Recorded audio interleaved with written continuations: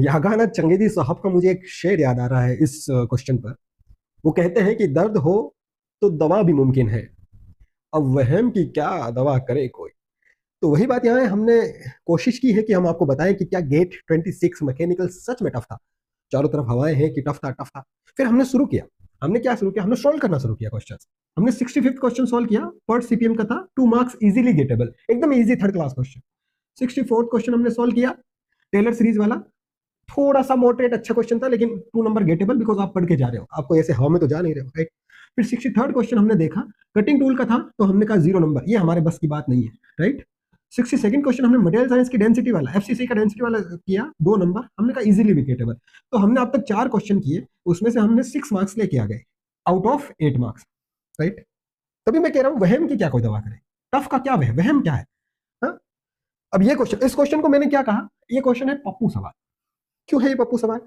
ऐसा standard question है, economic order quantity, मतलब पता नहीं कितनी बार ये ईओ, लोगों को ये फॉर्मूला रट गया है, ईओ क्यू, लोगों को क्या हो गया है, ये जो फॉर्मूला है ये एकदम ऐसे रट सा गया है, is equal to √2 D C0 upon CH, सीधा सीधा वैल्यू दे दिया। ध्यान से देखिए, कह रहा है डी की वैल्यू 10,000, राइट। अब एक बात बस, अब यार आप इतने तो डफर हो नहीं कि आप ये पर ईयर नहीं देखोगे, यहां पर ईयर है, चलो पर ईयर, राइट। उसके बाद सीधे सीधे ऑर्डरिंग कॉस्ट पर ऑर्डर दे दिए, 550 पर ऑर्डर, राइट। फिर ये देखो, ये सोच रहा है मैंने बहुत होशियारी कर ली यहाँ पे, ये कह रहा है holding cost is per month. अरे दादा, ये होशियारी नहीं होती बेटा, 0.5 × 12 पर मंथ है, सब पर ईयर में चल रहा था, पर ईयर में लगा दो यार, 3 ही वैल्यू चाहिए, लगा दो यहाँ पे, √2 10,000 550 डिवाइडेड बाई 12.5, राइट। अब हमारे गेट कैलकुलेटर साहब हाजिर हो गए हाजिर। अभी देख लेते हैं क्या कहते हैं दादा। 2 multiply by 1 2 3 4, 10,000 multiply by 50 divided by 12 divided by 0.5, क्या करेंगे, अंडर दी रूट, 1354.00, 1354.00, आंसर है 1354.00। यहां डेसिमल में पूछा है क्या, round off to the nearest integer, decimal नहीं पूछा है, इंटीजर, इंटीजर तो यही होता है ना, यही आंसर है यार, और यह आंसर आ गया।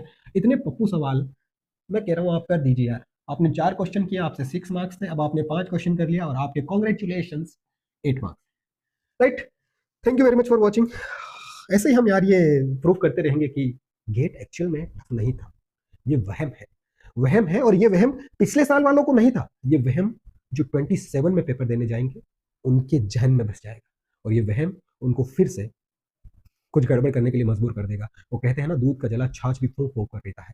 तो यदि उसको पता होगा कि 26 में पेपर टफ था, जो कि नहीं था, लेकिन फिर वो संभल के चलेगा, और संभल के चलने वाले, वो एक शेर है मुझे याद नहीं है, लेकिन ऐसा है कि इतना डरते क्यों है, संभल संभल के चलते क्यों, वो वाली बात है। जब डरते हो तो फिर इतने बड़े एग्जाम में आप कूद रहे हो, तो आपको, आपके लिए डर का कोई स्थान नहीं है, आप डर नहीं सकते।